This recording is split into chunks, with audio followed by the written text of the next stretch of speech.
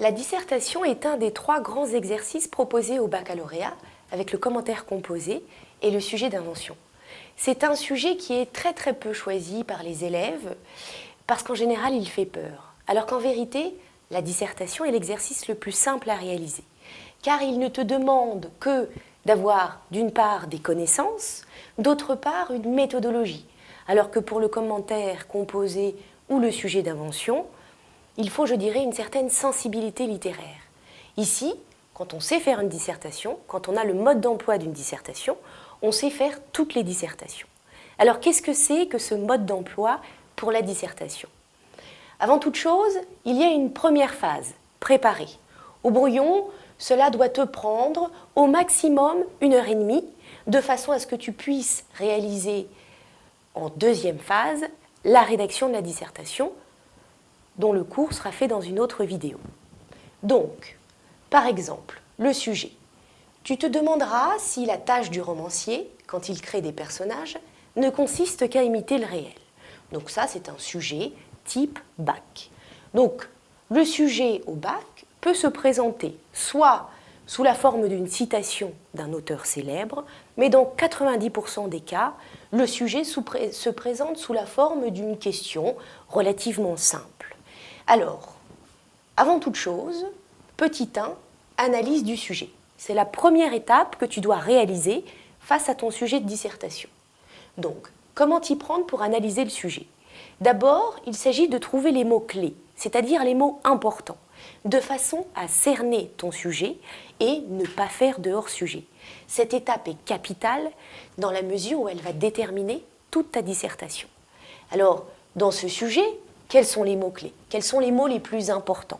Ici, romancier, et donc roman.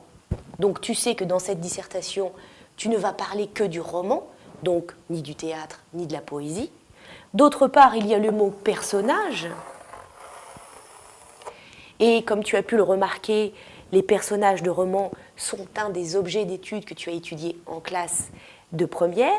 D'autre part, le réel. Donc, voici ces 3 mots-clés pour ce sujet-ci. Ensuite, il s'agit de trouver la problématique.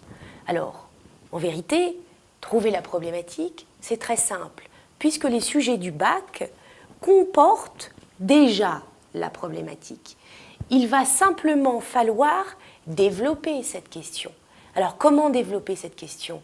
Eh bien, il s'agit de trouver une alternative. Ici, quelle serait l'alternative de personnages réalistes? Eh bien, tout simplement, des personnages qui ne sont pas réalistes, des personnages complètement fantaisistes.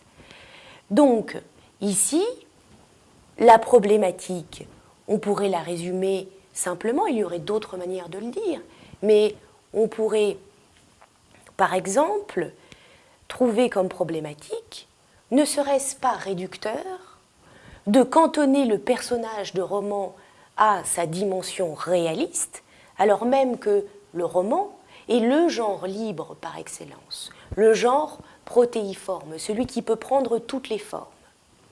Voilà pour la problématique. Donc, ici, il s'agissait de la grande phase numéro 1. D'abord, petit 1, l'analyse du sujet. Tu as d'abord trouvé les mots-clés. À partir de ces mots-clés et de l'alternative que l'on peut proposer au sujet, tu as trouvé la problématique. Nous verrons dans les prochaines vidéos la recherche des arguments et la construction du plan.